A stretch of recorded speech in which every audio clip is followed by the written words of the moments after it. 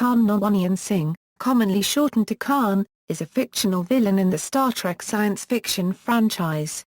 The character first appeared in the Star Trek, the original series episode Space Seed, and was portrayed by Ricardo Montalbán, who reprised his role in the 1982 film Star Trek II, The Wrath of Khan. In the 2013 film Star Trek Into Darkness, he is played by Benedict Cumberbatch. The character once controlled more than a quarter of the Earth during the Eugenics Wars of the 1990s. After being revived from suspended animation in 2267 by the crew of the USS Enterprise, Khan attempts to capture the starship, but is thwarted by James T. Kirk and exiled on Ceti Alpha V to create a new society with his people. In Star Trek II, The Wrath of Khan, set 15 years after Space Seed, Khan escapes his exile and sets out to exact revenge upon Kirk. Harve Bennett, executive producer for Star Trek II, chose Khan as the villain for the film.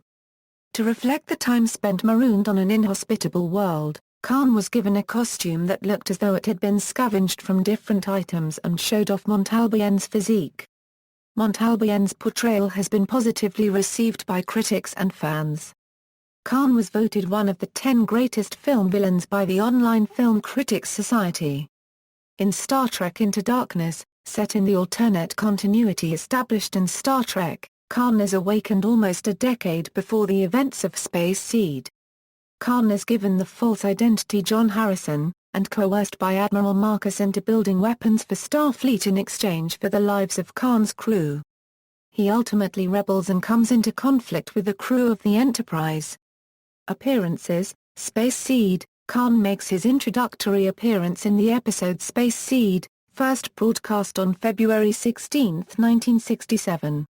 According to the backstory revealed in the episode, Khan is one of a group of genetically engineered superhumans, bred to be free of the usual human mental and physical limitations, who were removed from power after the Eugenics Wars of the 1990s. Khan had been both the most successful conqueror and the most benign ruler of the group, ruling more than a quarter of the Earth's area across Asia to the Middle East from 1992 to 1996 with a firm but generally peaceful hand until he was deposed. While most of the Supermen were killed or sentenced to death, Khan and 84 others escaped Earth by way of the sleeper ship SS Botany Bay. The Botany Bay is discovered by the crew of the Enterprise in 2267, with Khan and 72 of the 84 crew members of the Botany Bay still alive, cryogenically frozen in suspended animation. When Khan's sleep chamber malfunctions, he is transported to Enterprise, where he reawakens and learns he is in the 23rd century. Given spacious quarters while the Botany Bay is towed to a starbase, Khan fascinates and charms the ship's historian, Marla McGivers, while using his access to the ship's technical manuals to learn how to take over and operate the Enterprise. McGivers agrees to help Khan revive the other Supermen, allowing him to organize a mutiny. To coerce the Enterprise crew to cooperate with him, Khan places Captain James T. Kirk in the ship's decompression chamber and threatens to kill Kirk unless the crew submits. McGivers cannot stand by as her captain dies and frees Kirk, who neutralizes Khan's men by using the neural gas. Khan heads to engineering and sets the ship's engines to self-destruct, whereupon he is incapacitated by Kirk. Captain Kirk conducts a hearing, sentencing Khan and his followers to exile on an uncolonized world. Ceti Alpha V. Khan accepts Kirk's challenge invoking the fall of Lucifer in Milton's Paradise Lost and McGivers joins Khan rather than face court-martial. Spock wonders what the seed Kirk has planted will bear in 100 years. Star Trek II, The Wrath of Khan, Khan returns in the 1982 feature film Star Trek II, The Wrath of Khan. Captain Clark Terrell and First Officer Pavel Chekhov of the USS Reliant are searching for an uninhabited world to test the Genesis device, a powerful terraforming tool. They beam down to what they believe is Ceti Alpha VI. Khan's followers capture Terrell and Chekhov, and Khan explains that the barren world is Ceti Alpha V. The sixth planet of the system exploded shortly after Khan and his followers were marooned. The cataclysm caused massive climate disturbances, rendering the planet into a desert, and many of the herbivores including Khan's Aphia were killed by the only surviving species of animal, the Ceti eel. only 20 of Khan's followers survive. Swearing vengeance on Kirk, Khan implants Ceti Alpha in Tyrell and Chekhov's brains, rendering them vulnerable to suggestion. Khan then seizes control of the Reliant, intent on capturing the Genesis device. Khan lures the Enterprise to the space station Regular I, and he launches a surprise attack that disables Kirk's ship. Kirk tricks Khan by using a special code to remotely lower the Reliant's shields, allowing the Enterprise to inflict significant damage. Khan is forced to withdraw to make repairs. Using the mind-controlled Tyrell and Chekhov as spies, Khan captures the Genesis device and leaves Kirk marooned on Regular I. Spock deceives Khan into thinking that the Enterprise is crippled, surprising Khan when the Enterprise rescues Kirk and escapes to the nearby Mutera Nebula. Goaded into following Kirk, Khan pilots the Reliant into the nebula, where shields and sensors are inoperable. Due to Khan's inexperience with three-dimensional space combat, the Enterprise defeats the Reliant and Khan is severely wounded. Refusing to accept defeat, Khan activates the Genesis device, intent on killing his foe along with himself. Khan quotes Ahab's words of vengeance from Moby Dick as he watches the Enterprise trying to escape on impulse power. In an effort to restore the damaged warp drive, Spock exposes himself to lethal radiation. The Enterprise is able to escape destruction, but Spock dies of his injuries. Star Trek Into Darkness, Khan appears in the 2013 film Star Trek Into Darkness, taking place in the alternate continuity established in Star Trek. His backstory remains the same, but instead of being found by the Enterprise, Khan alone is revived by Starfleet Admiral Alexander Marcus. Marcus anticipates a war with the Klingons, and forces Khan to develop warships and weapons for Starfleet under the cover identity of John Harrison, holding Khan's shipmates hostage. Believing Marcus has killed his crew, he goes rogue and flees to the Klingon homeworld Konos. Marcus arms Enterprise with 72 advanced torpedoes and sends Kirk and the Enterprise to Konos to eliminate Khan. Against orders, Kirk attempts to capture him alive. Hikaru Sulub, in temporary command of the Enterprise, orders Khan to surrender or be fired upon with the advanced torpedoes. Khan deduces that the torpedoes are the ones he used to conceal his shipmates in cryogenic suspension in attempt to smuggle them out of captivity, and surrenders to Kirk. Once on Enterprise, Khan reveals his true identity and explains Marcus's duplicity. When Marcus arrives aboard the Khan-designed USS Vengeance to tie up loose ends and destroy the Enterprise, Kirk and Khan work together to take control of Vengeance's bridge. Once in control of Vengeance, Khan kills Marcus and disables Kirk, Scotty, and Carol Marcus, and demands that Spock return his crew. Spock, having removed Khan's people from the torpedoes, beams the weapons aboard the Vengeance and activates the warheads, crippling the ship. The USS Enterprise, crippled by the attack of the USS Vengeance, falls towards Earth, and in an act of self-sacrifice Kirk exposes himself to radiation from the warp core while repairing it. Khan crashes the Vengeance in San Francisco but is apprehended by Spock and Uhura. After his blood is used to save Kirk, Khan is placed back into cryogenic sleep along with his crew. Novels and comics. Khan has been depicted in various novels and comic book publications. As with all non-television and non-film Star Trek material, the publications are outside of Star Trek canon. Author Greg Cox penned 3 Star Trek novels featuring Khan, published by licensee Pocket Books. In the 2-volume The Eugenics Wars, The Rise and Fall of Khan Noonien Singh, Khan is depicted as a North Indian from a family of Sikhs. Khan is a title. His parents are from Chandigarh, Punjab, India and are both eugenic scientists. At the end of the second novel, Khan and his followers are placed aboard the Botany Bay by Gary Seven as part of a deal to stop Khan's machinations on Earth. The 2005 follow-up, To Reign in Hell, The Exile of Khan Noonien Singh, relates what happened to Khan and his fellow exiles between the events of Space Seed and the Wrath of Khan.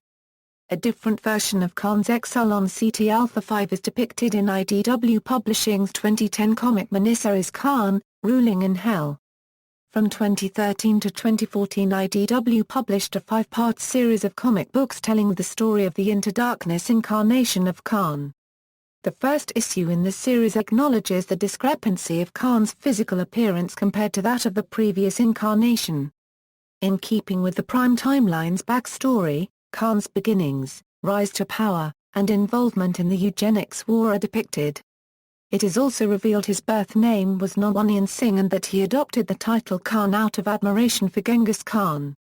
The series goes on to mention that Khan's anatomy and memories were altered per Marcus's orders, so that Khan would initially believe himself to be the fabricated Harrison. Initial development, writer Cary Wilbur pitched Space Seed to Star Trek producers Roddenberry, Gene Coon, and Robert Gisman with an 18-page outline dated August 29, 1966. In the outline, Wilbur envisioned the crew of Botany Bay as criminals sent on a 1,500-year journey to make room on Earth for others. Khan was represented as a Nordic criminal with a magnificent body. Harold Erickson, the producers, suggested changes to the outline in a series of memos. In memos dated September 7 and 9, Coons suggested significant changes to Erickson. "I want to rather do more with him than you have indicated in the story outline," he wrote. Believing that Erickson could be a worthy adversary for Kirk, Coons suggested that the character be in fact very similar to James Kirk, our captain, except that our captain has made an adjustment to this world and this culture. In other words, Cary, build us a giant of a man. The first draft of the script introduced the character as John Eric Sr., who is revealed to be a man involved in the First World Tyranny, named Ragnar Thwarted. The character of Thwarted was more brutal than Khan in the final version, killing guards using a phaser. In the original script, Kirk forgives Erickson and offers him and his people a chance at a fresh start, something that remained in the final episode, but the character committing murder would have precluded such an ending, as NBC censors would have necessitated the bad guy be punished for his actions. By the final draft, Khan is Indian. A character guesses that Khan is from northern India, and probably a Sikh. Khan's full name was based on that of Kim Noonien Singh, a pilot Gene Roddenberry served with during the Second World War. Roddenberry lost touch with his friend and had hoped that Khan's similar name might attract his attention and renew his old acquaintance. In Space Seed, Khan is presented as having several positive characteristics. He is gracious, smiling, fearless, and generous. He is not threatened by the success of others, and encourages their self-esteem. He is also ambitious, desiring a challenge commensurate with his abilities, but this ambition is not tempered by any consideration of the rights of others. Author Paul Cantor asserts that Khan is a mirror image of Kirk, sharing his aggressiveness, ambition, and even his womanizing tendencies, but possessing them in far greater degree. During the episode, several of the characters express their admiration for the man even as they oppose him, with Kirk referring to him as the best of the tyrants, and the most dangerous. The character's Latino accent and superhuman appearance strongly differentiate him from most Star Trek characters. The Wrath of Khan. After the disappointing response to the first Star Trek feature film, the motion picture, Paramount executives appointed Harve Bennett, a television producer who had never watched Star Trek, to be executive producer for the sequel. Bennett watched all the original series episodes and chose Khan from Space Seed as a possible villain for the film. Early drafts of the script had Khan as a shadowy tyrant leading a planet in revolt. Later drafts added the Genesis device, which Khan would steal. Costume designer Robert Fletcher wanted to emphasize the effects of their harsh environment on Khan and his followers. "My intention with Khan was to express the fact that they had been marooned on that planet with no technical infrastructure, so they had to cannibalize from the spaceship whatever they used or wore. Therefore, I tried to make it look as if they had dressed themselves out of pieces of upholstery and electrical equipment that compose the ship," he said. Director Nicholas Meyer told Montalbán to keep Khan's right glove on at all times, in order to give viewers a puzzle they could form their own opinions about and add mystery to the character. Meyer has been repeatedly asked if Montalbán wore a prosthetic chest for his scenes, as his uniform was purposefully designed with an open front. Meyer replied in audio commentary for the film that Montalbán is one strong cookie, and that no prosthetics were applied to the actor's sizable frame. At no point during The Wrath of Khan are Khan and Kirk in the same location. They speak to each other only over communication links such as view screens. This was due in part to the fact that the set of the Reliant was a redress of the Enterprise bridge, and the two actors' scenes were filmed 4 months apart. Montalbán recited his lines with a script girl instead of to William Shatner. Montalbán said in promotional interviews for the film he realized early on in his career that a good villain does not see himself as villainous. The villain may do villainous things, but he feels that he is doing them for righteous reasons. Montalbán further stated he always tried to find a flaw in the character, as no one is completely good or completely evil. While Khan had a rather distorted view of reality and therefore performed acts of evil, he still felt that his vengeance was a noble cause because of the death of his wife. Khan quotes the character of Ahab from Moby Dick throughout the film, driving home his lust to make Kirk pay for the wrongs he has inflicted upon him. Star Trek Into Darkness. Following the box office success of J.J. Abrams' Star Trek reboot and the announcement that actors Chris Pine and Zachary Quinto had tentatively agreed to appear in 2 sequels, Internet rumors began circulating about the plot of the second film. Abrams hinted that because of the alternate timeline created in the first film, reintroducing Khan into Star Trek lore remained a possibility. Abrams told MTV, "Khan and Kirk exist and while their history may not be exactly as people are familiar with, I would argue that a person's character is what it is." Abrams said of the notion that his Khan could be just as evil, even if Kirk never stranded him on Ceti Alpha V. Certain people are destined to cross paths and come together, and Khan is out there. Even if he doesn't have the same issues. Writer Damon Lindelof declared that Khan's intense gravity, particularly regarding the character's delivery of monologues, made him an obligatory character to use, even if its iconic status made the crew afraid of the fan reaction. Lindelof jokingly stated that it was never really a should we or shouldn't we? As much as it was we really have to do this, but if we don't get it right people are going to kill us. As part of the secrecy campaign, Benedict Cumberbatch denied that he was playing Khan during interviews, describing Harrison as simply a terrorist with his own purposes, as well as someone that's activated and manufactured in a way by Starfleet, and it's a scene that has come back to haunt him. He discussed the character's moral ambiguity, saying it fit the adage one man's terrorist is another man's freedom fighter, adding parallels to the current world order whether it's U.S. foreign policy or the actions of some terrorists.